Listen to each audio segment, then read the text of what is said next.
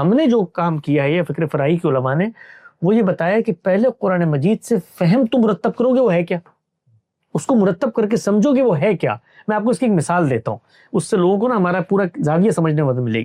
اب آپ نے قرآن مجید میں پڑھا کہ بھئی زانی مرد اور عورت بغیر کسی تخصیص کے کہ بھئی ان کو فجلدوا کل واحد منہم ما تجلدہ، یہ آیا وہ ہے. اب روایتیں سامنے آنی شروع ہوئی تو اس کے اندر رجم کی بات آ گئی. تو اب پہلا مرحلہ کیا تھا، اب سوچے نا، یعنی پہلا مرحلہ یہ تھا کہ واپس قرآن کی طرف جایا جائے اور دیکھا جائے کہ بھئی یہ جو روایتوں میں ذکر آ رہا ہے ایک سزا کا، یہ کیا قرآن مجید کے کسی اور حکم سے متعلق ہوتی ہے، اسی حکم کی شرح وضاحت ہے، اسی کی ہے. تو یہ ہو کیسے سکتا ہے کہ قرآن مجید میں جب گنجائش ہی نہیں ہے کہ زانی مرد اور عورت میں شادی شدہ غیر شادی شدہ کی تخصیص کی جائے، تو پیغمبر صلی اللہ علیہ وسلم یہ ہو کیسے سکتا ہے کہ اللہ تعالیٰ شریعت قیامت تک نازل کر رہے ہیں، وہاں پر ایک حکم بیان کر رہے ہیں اور جو اسی سے متعلق دوسرا حکم ہے اس کو روایتوں میں بیان کر رہے ہیں اور پھر اس کے آپس کے. تو اب آپ دیکھیے جس نے قرآن کو محور و مرکز بنایا تو انہوں نے کیا کیا، یعنی یہ جو روایتیں ہیں ان کے نیچے ایک جملہ لکھا ہے، مولانا فرائی کا ایک چھوٹا سا نوٹ ہے، جس کے بعد پھر یہ آگے سارا کام ہوا تحت المائدہ، کہ بھائی یہ جو آپ رجم کر رہے ہیں، قرآن مجید میں رجم کی سزا زیر بحث ہے. قرآن مجید میں فساد فی الارض کے پس منظر میں رجم کی سزا زیر بحث ہے. یہ نہیں ہے کہ رسول اللہ نے کوئی ایسی سزا دی جو قرآن میں زیر بحث ہی نہیں ہے. تو آپ اس پس منظر میں دیکھیں کہ جرم اپنی نوعیت کے لحاظ سے زنا کیسے فساد بن جاتا ہے، چوری کب ڈکیتی بن کے فساد بن جاتی ہے، قتل کب فساد بن جاتا ہے. تو یہ دو جرائم کا جب اطلاق ہوا تو اللہ کے پیغمبر نے کوڑے بھی لگائے اور یہ کام بھی کر دیا. بالکل. تو ایک زاویہ یہ ہے دیکھنے، دوسرا زاویہ کیا ہے، دوسرا زاویہ کہ آپ بحثیں کریں. تو ہمارے دو زاہد مغل صاحب بھی کرتے ہیں کہ وہ بیان کے لفظ کا یہ پورا کا پورا معنی انہوں نے پیدا فرما لیا لتبین للناس سے، کہ رسالت مآب صلی اللہ علیہ وسلم کو اللہ تعالیٰ نے کہا ہے کہ آپ جو ہے اپنے دین بیان کرنا ہے. اب بیان کے اندر یہ سب چیزیں شامل ہوتی ہیں کہ بیان جو ہے وہ ابتداً بیان کرنے کے معنی میں بھی آتا ہے، شرح و وضاحت کے معنی میں بھی آتا ہے.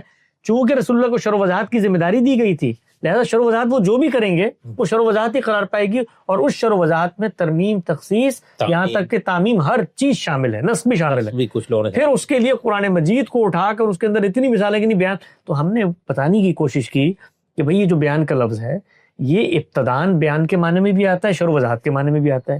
وہ جو وہاں پر آیا ہے کہ ما نزل الیہم کا اپنے بیان کرنا ہے، تو خود ہمارے ہاں جو تفسیر کی روایت ہے اس میں مفسرین نے ما نزل علیہم سے مراد کیا ہے، الذکر مراد ہے، عین الذکر، یا اس کا کنٹینٹ مراد ہے.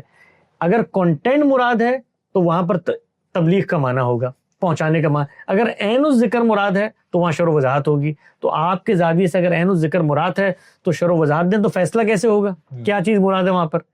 تو آپ دیکھیے اس پہ بڑی تفصیلی گفتگو کی ہے غامدی صاحب نے 23 اعتراضات سیریز میں، کہ آپ اس کو ذرا پیچھے سے تو پڑھیں، ایک آیت پیچھے سے پڑھیں، یعنی سیاق و سباق فیصلہ کرتا ہے. یا وہ ما آتاکم رسول لیات فخذوہ، حالانکہ اس کا پورا آپ دیکھیں اس کا سیاق و سباق کیا ہے. یعنی وہ مطالبہ کر رہے ہیں کہ فرشتے جو ہیں وہ کیوں نہیں لے کر آتے کلام کو.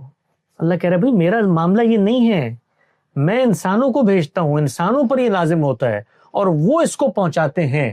تو اگر یہاں پر پیغمبر پر ذمہ داری ڈالی جا رہی ہے شرح و وضاحت کی، تو آگے کیا لعلکم تفکرون، بھائی وہ پہنچاتے ہیں تاکہ تم لوگ غور کرو، یعنی غور و فکر تم نے کرنا ہے، ان کا کام پہنچانا ہے.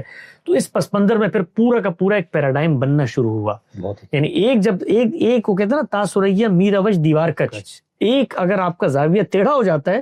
اصل چیز کیا تھی، قرآن پر اعتماد تھا. اس موقع پر یہ کہنا تھا کہ بھئی یہ جو روایتیں آ رہی، اور ہوتا کیا تھا کہ جس وقت آپ اعتماد کا اظہار کرتے ہیں رستے کھلتے چلے جاتے ہیں. جن لوگوں نے اس اعتماد کا اظہار کیا ان پر اللہ تعالیٰ نے روایتوں کے رستے بھی کھول دیے. تو یہ وہ پس منظر ہے جس میں اگر آپ پوچھیں گے تو میں بتاؤں گا کہ اب میں کیا کہتا ہوں، یہ جو زاویہ ہم نے رجم کی روایات کا مرتب کیا ہے یہ مبنی پر قرآن ہے. کوئی شخص اگر ان روایات کا انکار کرتا ہے تو وہ کچھ نہیں کر رہا سوائے فساد فی الارض کی سزا کا انکار کرنے کے.